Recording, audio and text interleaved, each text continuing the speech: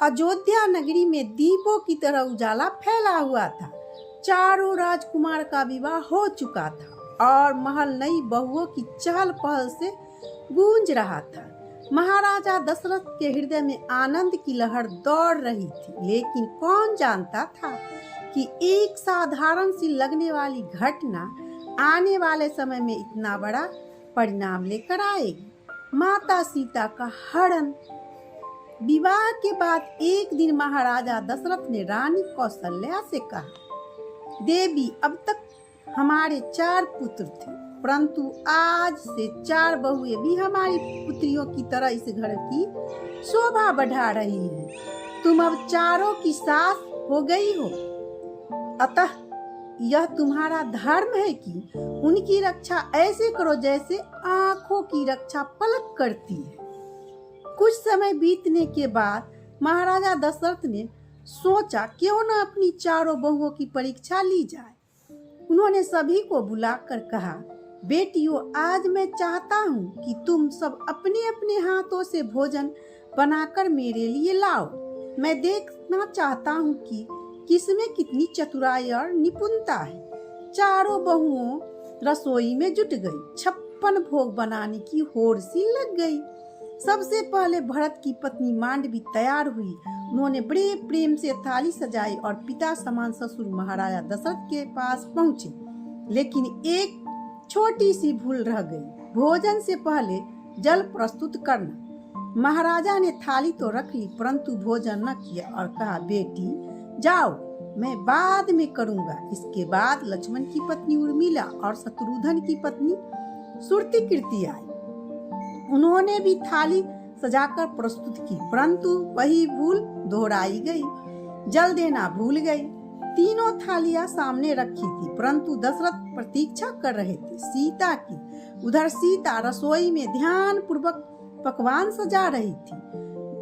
जब थाली तैयार हो गई तो अचानक उनके मन में विचार आया, भोजन देने से पहले जल देना आवश्यक है। उन्होंने तुरंत एक हाथ में थाली और दूसरे हाथ में जल उठाया और चल पड़ी। महाराजा दशरथ दरबार में बैठे यह दृश्य देख रहे थे। सीता एक हाथ में भोजन और दूसरे हाथ में जल लिए चली आ रही थी। दशरथ के मुख पर संतोष झलक उठा। यद्यपि थोड़ी देर से आई, परंतु मेरी बड़ी बहू सचमुच बुद्धिमान है। लेकिन तभी नियत ने करवट बदली। अचानक एक झोंका आया और एक छोटा सा तिनका उड़ता हुआ सीता की थाली में आ गिरा। सीता के मन में उथल पुथल मच गई। अब क्या करूं? भोजन अशुद्ध हो गया। वापस जाऊं तो पिताश्री सोचेंगे, देर करने वाली बहू है। हाथों में थाली और जल है, तिनका कैसे हटाऊं? सीता कोई साधारण नारी नहीं थी, वे स्वयं लक्ष्मी का अवतार थे। उनके नेत्रों से तेज निकल पड़ा। क्रोध की ज्वाल से उन्होंने उस तिनके को भस्म कर डाला। दशरथ यह सब देख रहे थे। सीता ने जल रखकर थाली प्रस्तुत की और बोली, पिताजी भोजन कीजिए। परंतु दशरथ ने थाली अलग रख दी। सीता घबरा सी गई। क्या मुझसे कोई भूल हो गई है क्या पिताजी?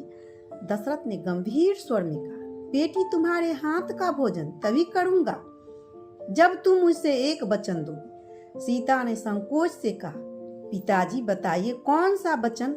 दशरथ बोले, आज मैंने देखा कि तुम्हारे नेत्रों से अग्नि प्रकट होकर तिनका भस्म हो गया है। वचन दो कि अब कभी किसी पर क्रोध की दृष्टि नहीं डालोगे। सीता ने नम्रता से प्रणाम किया और कहा, पिताजी मैं आपको वचन देती हूँ, आज से मैं अपने जीवन में कभी किसी पर क्रोध की दृष्टि नहीं डालूंगी। दशरथ ने राहत की सांस ली। वे सोच रहे थे, यदि कभी राम और सीता के बीच मतभेद हो जाए और क्रोध वंश सीता नेत्रों से राम को जला दे तो मेरे 3 पुत्र ही शेष रह जाएंगे। यही कारण था कि उन्होंने यह वचन लिया।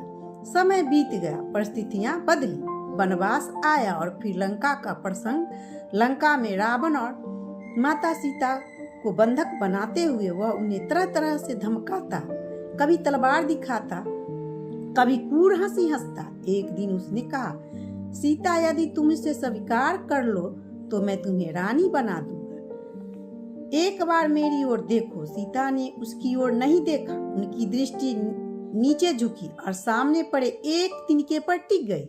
उन्होंने उस तिनके से कहा, ओ तिनके, यदि उस दिन तू मेरी बैरी न हुआ होता, यदि तू मेरी थाली में न गिर पड़ होता, तो मेरे ससुर दशरथ मुझसे यह वचन न लेते। आज मैं अपनी दृष्टि से इस राक्षस को भस्म कर देती, परंतु आज मैं अपने वचन से बधी हूँ। रावण गर्व से सीता को धमकाता रहा, परंतु सीता अपने संकल्प और धर्म पर अडिग रही। दोस्तों, यही कारण था कि माता सीता रावण का अंत अपनी शक्ति से नहीं कर सकी। महाराजा दशरथ की वही भूल, वही वचन आने वाले समय में इतना बड़ा कारण बन गया कि माता सीता रावण की कैद में स्वयं को मुक्त न करा सकी। अंततः श्री राम को ही रावण का वध करके अपनी प्रिय को मुक्त कराना पड़ा। यह कथा हमें बताती है कि एक छोटी सी घटना, एक साधारण सा वचन भी नियति का मार्ग बदल सकता है। दशरथ की मंशा तो अपने परिवार की रक्षा की थी, लेकिन वह वचन सीता के जीवन की सबसे बड़ी परीक्षा बन गया। माता सीता की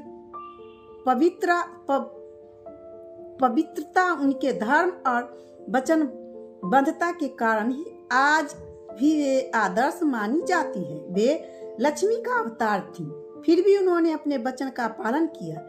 यही उनकी महानता थी और यही घटना हमें यही सिखाता है कि धर्म का मार्ग कठिन होता है, परंतु जो उस पर चलता है उसका यश अमर हो जाता है।